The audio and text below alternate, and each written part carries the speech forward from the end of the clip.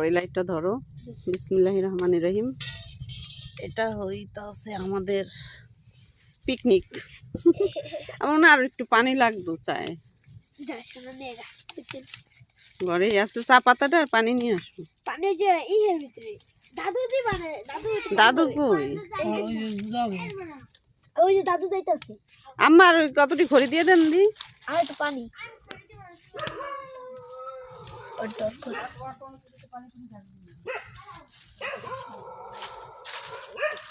ভালোই লাগতেছে না রোমানা? তোমার কেমন লাগতেছে? আমার অনেক ভালো লাগতেছে। ভিডিও করার মজা আলাদা। তারপরে শীতের দিনে নতুন চুলায় চা বানানোর মজা। কাকির চুলা দিলাম।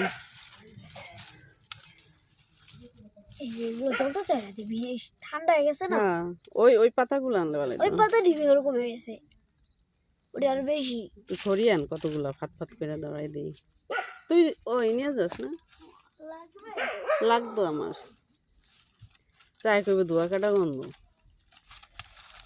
কষ্ট করে বানায় তো ধোয়া কাটা গন্ধ করে খাইয়া লাভ নেই। আচ্ছা সমস্যা নেই। না নিচে আগুন আছে, জল তো আছে। না সমস্যা নেই, ভিতরে তো ইয়ে আছে, আগুন আছে তো।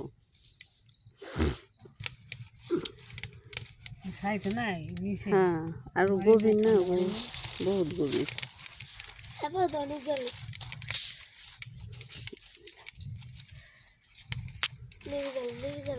ওই যে এই যে নিশিরে ভিজানো। আজকে চা একটু ধোয়া কাটা গন্ধ হইব। তুই আমার চোখ কানা করিস না আবার। তো কথা।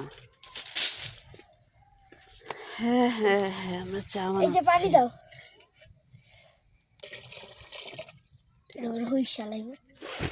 চা পাতাটা নিয়ে দৌড় দিয়ে যায় কেউ একজন। আনছো? Good, thank you.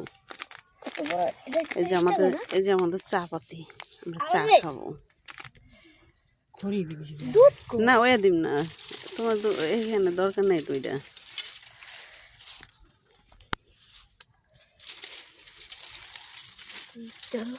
যখন যে জিনিস তখন সেই জিনিসটা দিয়ে কাজ করতে হয়, অন্য কিছু দিয়ে হয় না, জানো সেটা। ফাত ফাত করে আমাকে ধরনের কাম। তুই এনে বসছিস ওই পাশে ভাই, এই যে ফুপি যে পাশে বসছে ওই পাশে বস।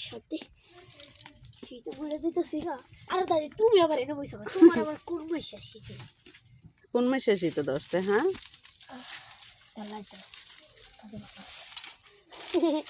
দাঁড়া দাঁড়া দাঁড়া। আপনাদের কেমন লাগছে যে আমার সবাই আছে এখানে? আমি একা না, আমার কিন্তু সবাই আছে পাশে, অনেক মানুষ। আরো রাত্র তো, এই কারণে হচ্ছে কি মানুষ কম না খুব, নাহলে দেখা যেত চার রং চা বানাই কুলান যাইতো না।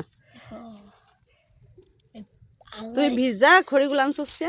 কোথেকে আনছিস ভিজা খড়ি? দাঁড়া, আমি তো দেখলাম শুকনো এগুলা।